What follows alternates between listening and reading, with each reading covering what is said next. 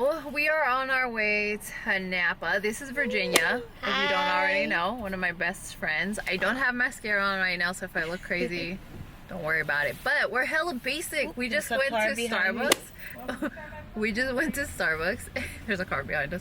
And got the pumpkin spice everything, because we're hella basic. Yep. And I ain't mad about it. Hello. It's gonna be $14.65 today. So how is your basic ass drink? Perfect. Basic. So basic and I'm proud, okay? Basic and proud. Napa, here we come. Woo!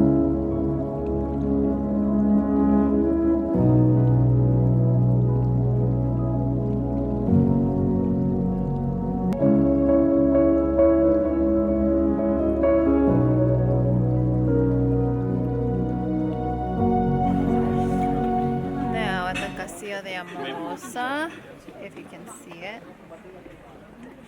we are about to go in here.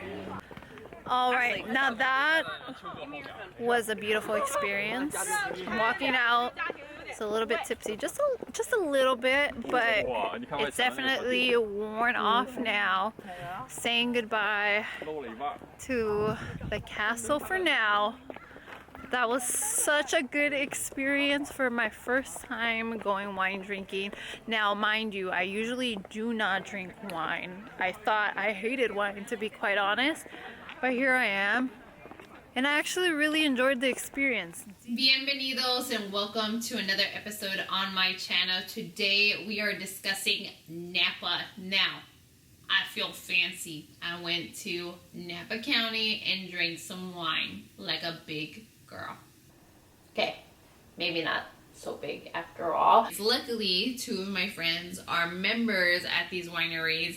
Now that means free cheese platters or some free wine tasting. So I ain't mad at the situation. Thank God they have memberships, because a girl is broke. I ain't got money for that. I've never really tried wine, and I thought I didn't like wine, to be 1000% honest. Now, I went to two different wineries, one being Sterling and then the second being the Castillo de Amorosa.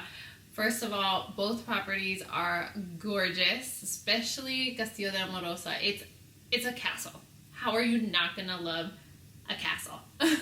But what amazed me more is just being able to test the variety of wines that are out there and that have been created. The amount of hard work that goes into creating something like wine, it's crazy how much time and effort goes into it, and really how we were able to taste everything and really experience just this ambiance of just good times and friends and love with one another.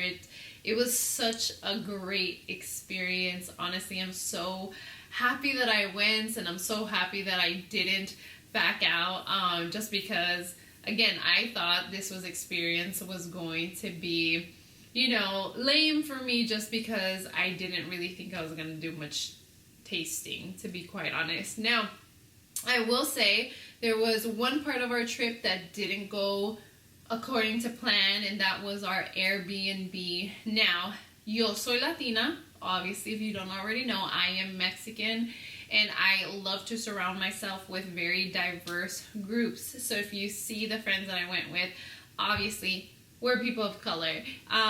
We believe that as we get together in diverse groups, we really are able to learn from one another, the different languages and the customs. It's just a beautiful thing. And when you meet someone that doesn't really understand or agree with that viewpoint, there might be some conflict, and that's kind of what we experienced when we went to or stayed at our Airbnb. Now, I don't say this to deter you from going and visiting. It was an amazing experience. It just so happened that we experienced just a little bit of racial discrimination at our Airbnb host's house. Now, I won't go into a lot of details, just because my goal here is not to spread any type of negativity or hate towards them. It just goes to show that there are still individuals out in the world that might not fully understand the richness and the beauty and diversity and the beauty of communities coming together. Now, thank you so much for watching today's video. If you enjoyed, show your girl some love, subscribe, send this video to someone that is going or planning on going to Napa, and let them know kind of what I experienced. That way they are better prepared. So I appreciate you guys. I thank you in advance for just watching and following along this journey, and I'll see you guys in the next one. Adios. So for any of you guys that are interested in my personal favorite drink, I have it here today. So every time I go to Starbucks, right around the Thanksgiving time frame, I always order this drink. Call me basic, call me whatever, I really don't care. But this is one of my favorite drinks. It just makes me think of Christmas and Thanksgiving and all the yummy food that I'm gonna be consuming soon, and just family and cozy vibes is what I get when I order anything pumpkin spice. That's why I don't mind being called basic. It is what it is. Now, what I order is the pumpkin spice frappuccino, and instead of ordering it with regular milk, I always substitute with coconut milk, and I also ask for no whip because a girl cannot have dairy anymore. I'm getting older. That's the reality. Things change, but here I am.